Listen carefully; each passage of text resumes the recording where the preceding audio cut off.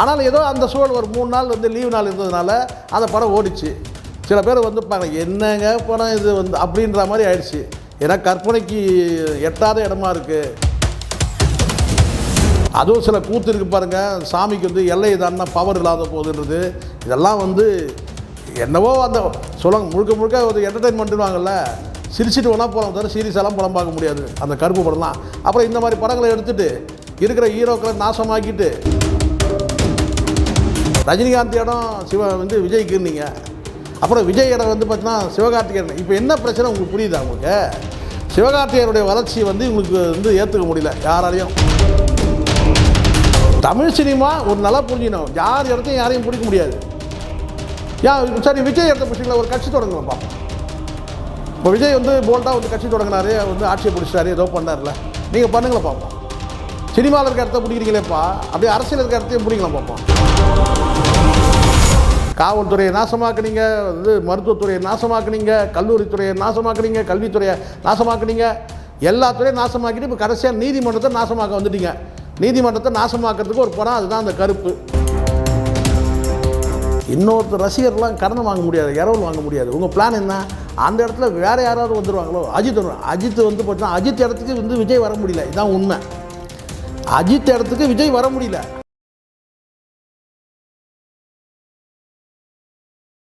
Sir வணக்கம். வணக்கம் sir. வணக்கம். சமீபத்தில் ஒரு நிகழ்ச்சியில் நடிகரும் இயக்குனருமான ஆர்ஜே பாலாஜி என்ன சொல்லியிருக்காருன்னா, தமிழ் சினிமாவில் வெற்றிடம் இருக்கான். இது நீங்கள் எப்படி பார்க்குறீங்க? இங்கே ஒரு வெற்றிடமும் கிடையாது. தமிழ் படம், தமிழ் சினிமாவே வெற்றிடமாக தான் இருக்குது. இது வெற்றிடம்னா எந்த வெற்றிடம்? வெற்றிடம்னா வெற்றி இடமா வெற்றிடமா? முதல்ல அதுதான். இது வெற்றி இடமா வெற்றிடமா? வெற்றி இடம் ஒன்றா சொல்லுங்கள். உண்மையிலே வந்து பார்த்தீங்கன்னா யாருமே இங்கே ஜெயிச்சா மாதிரி தெரியல சினிமாவில். உள்ளபடியே சொல்கிறேன். அது லோ பட்ஜெட் படமாக இருக்கட்டும், அது பெரிய பட்ஜெட் படமாக இருக்கட்டும், எல்லாமே ஃப்ளாப்பு தான். ஆனால் வந்து எல்லாம் 2 நாள் 3 நாள் ஓடக்கூடிய படம் தான் இருக்குது. அதனால் வந்து பார்த்தீங்கன்னா சொல்லுங்கள், வெற்றி இடம் ஒன்றா காலியாக இருக்குது. ஆனால் வெற்றிடம் இல்லை, ஏதோ ஒரு படம் வந்துட்டு தானே இருக்குது. தமிழ் சினிமாவில் வெற்றிடம் ஆகாது சார். ஏதோ ஒரு படம் வந்து பார்த்தீங்கன்னா தியேட்டரில் ஓடிட்டு தான் இருக்குது. ஸோ அதனால் வந்து பார்த்தீங்கன்னா வந்து வெற்றி இடம் யாருக்கும் இல்லாமல் இருக்குது. அது வேணால் சொல்லுங்கள். இப்போ இந்த கருப்பு படம் கூட பார்த்தீங்கன்னா அது ஃப்ளாப்பு தான் சொல்ல முடியும். ஆனால் ஏதோ அந்த சூழல் ஒரு 3 நாள் வந்து லீவு நாள் இருந்ததுனால அந்த படம் ஓடிச்சு. சில பேர் வந்து என்னங்க படம் இது வந்து அப்படின்ற மாதிரி ஆயிடுச்சு. ஏன்னா கற்பனைக்கு எட்டாத இடமா இருக்குது, கற்பனைக்கு எட்டாத படமாக இருக்குது. என்னவோ வந்து சாமி வந்து கோர்ட்டுக்கு வருதான், ஏதாவது ஒரு லாஜிக் இருக்கா? அதையும் ஒரு படம்னு எடுத்துகிட்டு அதில் வர நெஞ்ச வேறு மாற அடிச்சுக்கிறதுல நம்ம பார்க்குறோம். நம்ம என்ன சொல்கிறது? ஆர்ஜே பாலாஜி நினச்சி சொல்கிறதா, தமிழ் சினிமா நிலைமை நினச்சி நம்ம நொந்து போகிறதான்னு தெரில. அப்படி தான் இருக்குது. சிறந்த நடிகன், அதில் வந்து குறையே இல்லை. இதே வந்து சூர்யாவை நடிக்காமல் அந்த படத்தில் வேறு யாரும் நடிச்சதுன்னா படம் காலி. ஏதோ சூர்யாவுக்காக அந்த படம் ஓடிச்சு, அவ்வளோதான் சொல்ல முடியும். தவிர அதில் ஏதாவது ஒரு லாஜிக் இருக்கா சொல்லுங்கள் பார்க்கலாம். கோர்ட்டுக்கு போகாது. நீங்கள் ஹாஸ்பிட்டலில் ஆப்ரேஷன் பண்ண டாக்டர் வந்து பார்த்திங்கன்னா வந்து சாமி கும்பிட்டு தான் போய் ஆப்ரேஷனை பண்ணுறாரு. அப்படி தான் இருக்குது இங்கே நம்பிக்கைகள் சொல்கிறேன். அதில் ஜட்ஜாக இருந்தாலும் சரி, அல்லது வந்து பார்த்திங்கன்னா அங்கே வழக்காட வந்தவங்களும் சரி, வழக்கறிஞர்களும் சரி, எல்லாருமே சாமி கும்பிட்றதுல தான் இருக்கிறாங்க. அதுவும் சில கூத்து இருக்குது பாருங்கள், சாமிக்கு வந்து எல்லை தானே பவர் இல்லாத போகுதுன்றது. இதெல்லாம் வந்து என்னவோ அந்த சொல்லுவாங்க, முழுக்க முழுக்க ஒரு என்டர்டெயின்மெண்ட்டுவாங்கல்ல, சிரிச்சிட்டு வேணால் போகலாம் தவிர சீரியஸெல்லாம் படம் பார்க்க முடியாது அந்த கருப்பு படம்லாம். அப்புறம் இந்த மாதிரி படங்களை எடுத்துகிட்டு இருக்கிற ஹீரோக்களை நாசமாக்கிட்டு எவ்வளோ சப்ஜெக்ட் இருக்குது, எவ்வளோ கதை இருக்குது தெரியுமா? எவ்வளோ நெஞ்ச பிழிகிற மாதிரி கதை இருக்குது. வந்து பார்த்தீங்கன்னா வந்து அட்வென்ச்சர் படம் தான். வந்து பார்த்தீங்கன்னா எவ்வளோ க்ரைம் ஸ்டோரிஸ் எவ்வளோ இருக்குது. இன்னும் கூட உயிரோடு தான் இருக்கிறாரு. பல பேர் க்ரைம் ஸ்டோரி எழுதுனவங்களாம் உயிரோடு தான் இருக்கிறாங்க. அவங்கள்ட்டையாவது போய் காலில் விழுந்து ஒரு கதையை கொடுப்பான்னா கொடுக்க போகிறாங்க. ஆனால் வந்து கதைன்ற பேரில் வந்து ஒன்று பண்ணி வச்சுருக்கிறாங்க பாருங்கள். செக் என்னத்தான் சொல்கிறது தெரில. இது ஒரு கதையான்றது தலைவலியாக ஆயிடுச்சு போய் உட்காந்துட்டு. இல்லை சார், அவர் எதை வச்சு சொல்கிறாருன்னா, விஜய் அவர்கள் வந்து இப்போ முதலமைச்சர் ஆகிட்டாரு. ஸோ விஜயோட இடம் வந்து வெற்றிடமாக இருக்கான், அதை வந்து சூர்யா அவர்கள் நிரப்புவாங்க. அது சரி, அப்படியே நிரப்பிட்டு அப்படியே வந்து பார்த்தீங்கன்னா முதலமைச்சர் பதவி கூட வந்து பார்த்தீங்கன்னா நாளைக்கு வந்து ராஜினாமா பண்ணலாம், அல்லது வந்து ஆட்சி கவிழ்ந்துடும், அல்லது வந்து பார்த்தீங்கன்னா 5 ஆண்டு காலம் நிறைவு செய்கிறாருன்னு வச்சுங்களேன். அப்போ அந்த வேக்கண்ட் ஆயிடுச்சுன்னா அங்கே போயிடுவாரா இவர்? நான் முட்டாள்தனமான பேச்சு சார். இதெல்லாம் அசிங்கமாக இல்லையா? முதல்ல உங்களுக்குன்னு ஒரு தனி இடம் இல்லையாடா? உங்களுக்குன்னு ஒரு தனி இடம் கிடையாதா? நான் கேட்குறேன். ரஜினிகாந்த் இடம் வந்து விஜய்க்கு இருந்தீங்க. அப்புறம் விஜய் இடம் வந்து பார்த்தீங்கன்னா சிவகார்த்திகேயன். இப்போ என்ன பிரச்சனை உங்களுக்கு புரியுதா? உங்களுக்கு சிவகார்த்திகேயனுடைய வளர்ச்சி வந்து இவங்களுக்கு வந்து ஏற்றுக்க முடியல யாராலையும். அப்போ என்ன செய்கிறாங்க கேட்டால் வந்து அடுத்த இடம் தான் இவர் தான். சிவகார்த்திகேயன் இடத்த வந்து இவர் வந்து எப்படி வந்து விஜய் சொன்னார்ல, இது துப்பாக்கி கையில் கொடுத்துட்டு போனார்ல அந்த படத்தில் கோர்ட்டில். அப்போ என்னன்னு கேட்டால் அடுத்த இடம் இவர் தான் சொன்னால, அப்போ அடுத்த இடம் அவர் கிடையாது, இவர் இருக்கிறாரு. யார் இருக்கிறாரு? சூர்யா இருக்கிறாரு அப்படின்னு சொல்கிறது தான் இது. எல்லாம் முகத்தை நக்கிறவங்களாக இருக்கிறானுங்க. நம்ம என்னத்த சொல்கிறது இருக்குண்ணா சொல்லுவாங்க தெரியுமா, துதி பாடுறது, இந்த மூஞ்ச நக்கிறதுன்னு சொல்லுவாங்க பாருங்கள், அப்படி தான் இருக்கிறானுங்க. இப்போ சூர்யா மூஞ்ச நக்கணுன்றதுக்காக இப்படி சொல்கிறது, அவர் இடத்த இவர் இடத்த அவர் அப்படின்னா. முதல்ல தமிழ் சினிமா எங்கே இருக்குதுன்னு பாருங்கடா. முதல்ல போய் ரூட் மாஃபியாவில் போய் மாட்டிக்குதுன்றானுங்க. ஒன்று இல்லை ரெட் ஜெயண்ட்டுக்கிட்ட இல்லை ரூட் மாஃபியா இப்படி மாறி மாறி ஓடிட்டுருக்கீங்க. உங்களுக்கே வந்து பார்த்தீங்கன்னா வந்து ஒரு சுயமாக வந்து ஒரு சுய புத்தியும் கிடையாது, சொரணையும் கிடையாது. ஒன்று இந்த பக்கம் வந்து வாழ்க்கை கோஷம் போட்டிங்க, இப்போ ஆட்சி மாறினது இந்த பக்கம் ஒரு வாழ்க்கை கோஷம் போடுறீங்க. இதெல்லாம் நெஞ்ச நக்கிறதுக்கும் மூஞ்ச நக்கிறதுக்காக பேசுகிறது சார். இதெல்லாம் உள்ளபடியே சொல்லப்போனால் தமிழ் சினிமா ஒரு நல்லா புரிஞ்சிக்கணும். யார் இடத்தையும் யாரையும் பிடிக்க முடியாது. சரி, விஜய் இடத்த பிடிச்சிங்களா, ஒரு கட்சி தொடங்கலாம் பார்ப்போம். இப்போ விஜய் வந்து போல்டாக வந்து கட்சி தொடங்கினாரு, வந்து ஆட்சியை பிடிச்சாரு, ஏதோ பண்ணார்ல, நீங்கள் பண்ணுங்களேன் பார்ப்போம். சினிமாவில் இருக்க இடத்த பிடிக்கிறீங்களேப்பா, அப்படியே அரசியல் இருக்க இடத்தையும் பிடிக்கலாம் பார்ப்போம். அதுக்கெல்லாம் கிடையாது. இப்போ புரியுதுங்களா? இப்போ என்னென்னா இவர் அந்த இடத்த பிடிச்சாரு, விஜய் இடம் வேக்கண்டாக இருந்துச்சு. ஒரு வேக்கண்டாக தான் கடைசி வரைக்கும் வேக்கண்டாக தான் இருக்கும். அஜித்துக்கு இப்போ வந்து யாராவது சொல்கிறாங்களா சார் அஜித் இந்த இடத்த பிடிக்கிறார் அந்த இடத்த பிடிக்கிறார்? ஏன்னா அவருக்கும் தனி இடம் இருக்குது, அவருக்கும் தனி இடம் இருக்குது. அந்த இடத்த யாரும் பிடிக்க முடியாது, யாரும் பிடிக்க முடியாது. ரஜினிகாந்த்னா அவருக்கும் தனி இடம் இருக்குது, அந்த இடத்த யாரும் பிடிக்க முடியாது. விஜய்னா அவருக்கு இடம், அவர் யாரும் பிடிக்க முடியாது. அப்படி தான் இதை அது தேவையில்லாமல் அந்த கோட் படத்தில் ஒரு சீனை கொடுத்து இனிமேல் நீங்கள் பார்த்துங்க அவர் இடம் இவருக்கு. சினிமாவில் நிறைய பைத்தியம் உருவாகிட்டு இருக்குது சார். எப்போ பார்த்தாலும் இதே சொல்லிட்டுருக்கானுங்க, அவர் இடத்த இவர் பிடிச்சாரு, இவர் இடத்த அவர் பிடிச்சாரு. இடம்லாம் பிடிக்கிற இடம் கிடையாதுடா, அது வாழக்கூடிய இடம். ரசிகர் மன்னம் வந்து மனசில் வந்து யார் வாழ்கிறாங்களோ அங்கே இருப்பாங்க. இப்போ வந்து விஜய் ஆட்சியை பிடிக்கிற அளவுக்கு போனார்னா அது கோடிக்கணக்கான ரசிகர் மத்தியில் அவர் வந்து வாழ்ந்துருக்கிறாருன்னு பொருள். அப்படி தான் இதை எடுத்துக்கணும் இல்லையா? ஸோ இதை வந்து இவர் இடத்த அவர் பிடிச்சிடுவார், அவர் இடத்த பிடிச்சினா பத்திரமா நான் எழுதி கொடுக்குற விஷயமா இது? இந்தாங்க ஏன் இடம்னு சொல்லிட்டு சொத்து பத்திரமா இது இல்லை பில்டிங்கா இது? இந்தாங்க இந்த அப்பார்ட்மெண்ட்டை நீங்கள் எடுத்துங்க, இந்த பங்களாவை நீங்கள் எடுத்துங்கன்னு சொல்கிறதுக்கு பைத்தியக்காரன். முதல்ல அது ஒரு படம், இவன் சகிக்கலை இவன் நடிப்பு. அந்த கருப்பு படத்தில் அவ்வளோ ஐதீகமாக நடிச்சிருந்தான். அவன் ஒரு வக்கீல் வந்து பார்த்தீங்கன்னா வக்கீலுங்கள்லாம் அசிங்கப்படுத்தி நல்ல நேரம் யாரும் வந்து எந்த வக்கீலும் கோர்ட்டில் கேஸை போடல. உள்ளபடியே பார்த்தீங்கன்னா வந்து இந்த படத்தெல்லாம் வந்து கேஸை போட்டு நிறுத்தியிருக்கணும். ஏன்னா நீதிமன்றத்தையே கேலி கூத்து. இப்படி தான் ஒரு துறையை நாசமாக்குனீங்க. சினிமாவில் காட்டி எல்லா துறையும் நாசமாக்குனீங்க. காவல்துறையை நாசமாக்குனீங்க, வந்து மருத்துவத்துறையை நாசமாக்குனீங்க, கல்லூரித்துறையை நாசமாக்குனீங்க, கல்வித்துறையை நாசமாக்குனீங்க, எல்லா துறையும் நாசமாக்கிட்டு இப்போ கடைசியாக நீதிமன்றத்தை நாசமாக்க வந்துட்டீங்க. நீதிமன்றத்தை நாசமாக்கிறதுக்கு ஒரு படம், அதுதான் அந்த கருப்பு. அப்புறம் வந்து ஒரு பொது மேடையில் வந்து அப்படியே சிலாகிப்பீங்க, அப்படியே இவர் அப்படி இப்படின்னு. நீதித்துறையை எவ்வளோக்கு எவ்வளோ அசிங்கப்படுத்த முடியுமோ அவ்வளோ அசிங்கப்படுத்திருக்கீங்க அந்த படத்தில். அப்புறம் என்ன இதில் சிலாகிப்பு வேறு? நான் கேட்குறேன், இப்படி தான் சினிமாவை சினிமா மூலமாக சமூகத்தை நாசமாக்குறீங்க. உள்ளபடியே உண்மையா இல்லையா சார்? நம்ம ஏதோ சினிமாவுக்கு எதிராக பேசக்கூடாதுன்றதுனாலே நான் அவாய்ட் பண்ணேன். இப்போ தவிர்க்க முடியாமல் இதை பேசுகிறேன்.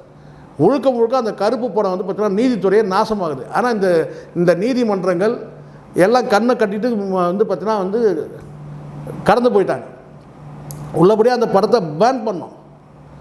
எவ்வளோ வந்து கேலி குத்தாக்குவீங்க ஒரு நீதிமன்றத்தையும் வந்து வந்து கடந்த காலத்தில் எல்லாத்துறையும் நாசமாக்கிட்டீங்க. இப்போ மிச்சமாக இருக்குது நீதித்துறை இருக்குது, அதையும் நாசமாக்குங்க.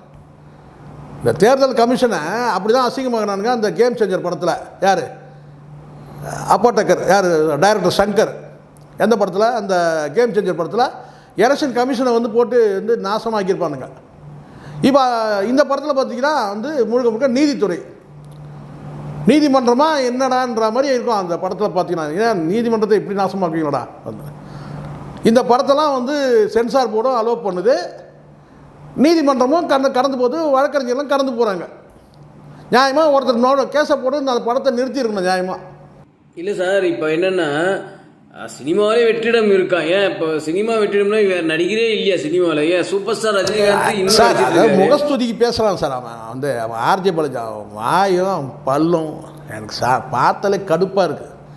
ஏன்னா வந்து முழுக்க முழுக்க என்ன பெரிய சாதிச்சிட்டிங்க அந்த படத்தில்? நான் கேட்குறேன், என்ன சமூகத்துக்கு பெரிய கருத்தை சொல்லிட்டீங்க? உள்ளபடியாக வந்து ஒரு விஷயம் நீதிமன்றத்தில் நிலுவையில் வழக்குகள் வைக்கப்பட்டிருக்குன்னு எடுக்கிறீங்க. அதுக்கு எவ்வளோ கதைகள் இருக்குது தெரியுமா? எவ்வளோ விஷயங்கள் எடுத்து பேச முடியும்.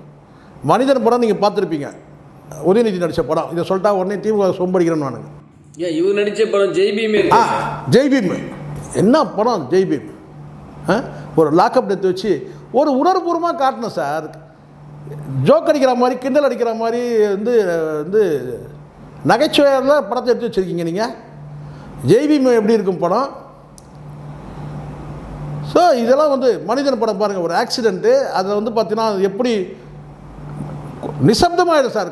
வந்து இப்போ தேட்டரு கோர்ட் சீன் காட்டும் போது ஒரு நீதிமன்ற காட்சி நீங்கள் நல்லா புரிஞ்சுக்கணும். ஆர்ஜே பாலாஜி நான் சொல்கிற புரிஞ்சுக்க சொல்லுங்கள். ஒரு நீதிமன்ற காட்சி நீங்கள் எடுக்கிறீங்கன்னு சொன்னால், இந்த படம் நம்ம இவர் அஜித் நடிச்சிருந்தார், என்ன படம் அது? நேர்கொண்ட பார்வை.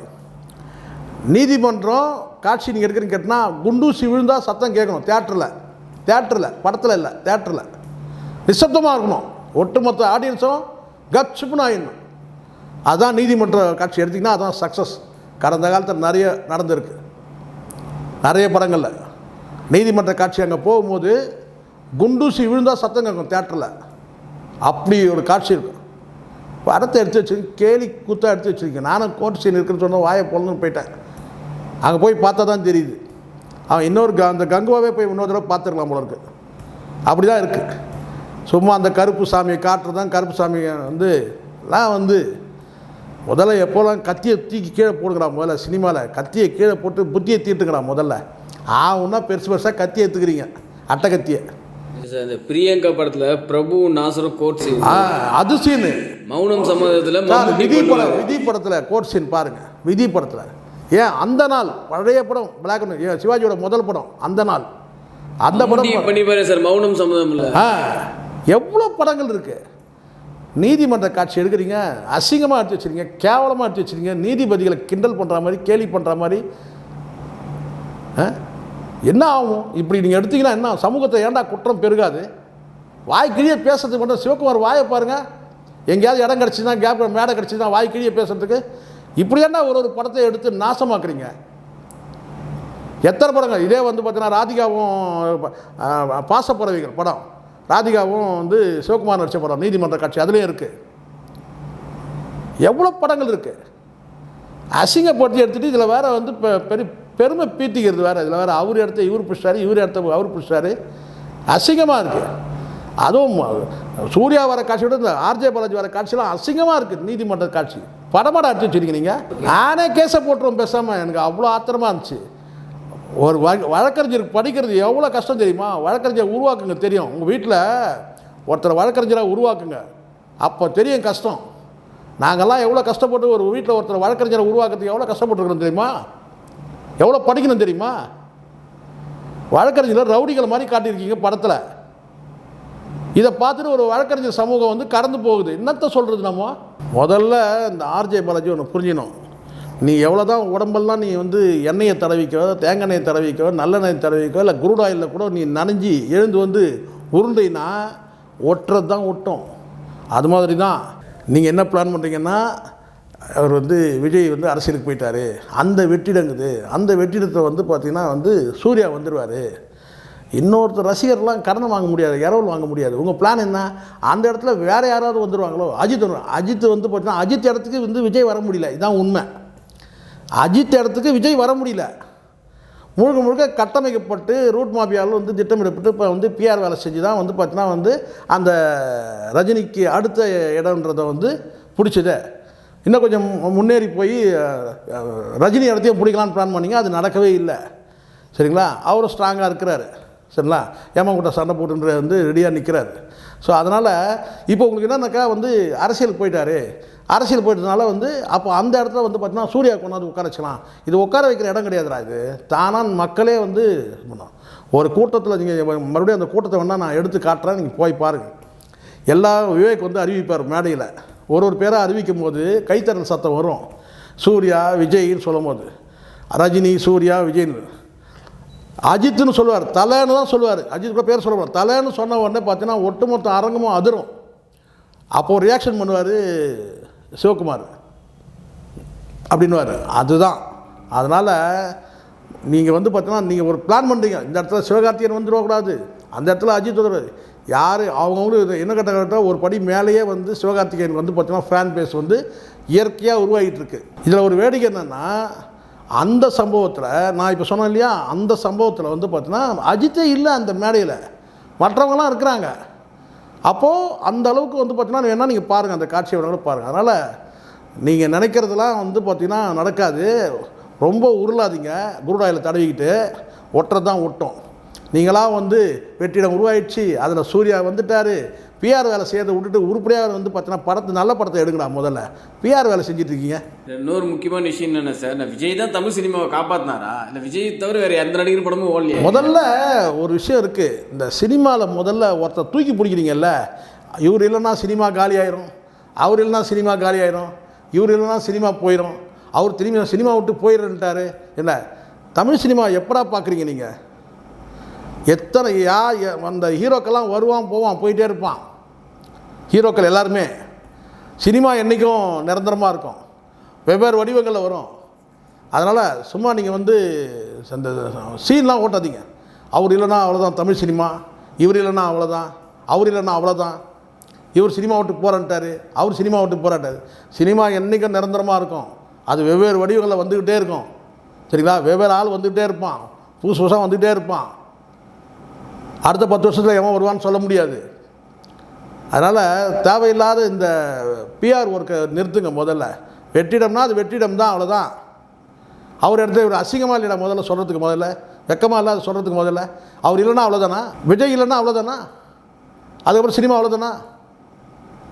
ஒன்றா அவர் இடத்துக்கு ஒருத்தர் வந்தால் தானா? அப்போ அந்த இடத்த என்ன பண்ணீங்க? இப்போ சூர்யாவுக்கு இருக்கிற இடத்த என்ன பண்ணீங்க? அது யாரும் அவங்க தம்பி வர வைப்பீங்களாங்க? பைத்தியகாரத்தனமாக இருக்கடா பேச்சு. முதல்ல இந்த பைத்தியகாரத்தனை விடுங்க. முதல்ல இவர் இடம் அவருக்கு கொடுத்துட்டாரு, அவர் இடம் இவருக்கு கொடுத்துட்டாரு. சரி சார், பொறுத்திருந்து பார்ப்போம். Thank you very much sir. Thank you. நன்றி சார். இது போல பல வீடியோக்களை கண்டு மகிழ எங்களது ரீசன்ட் வாய்ஸ் சேனலை மறக்காம சப்ஸ்கிரைப் பண்ணுங்க.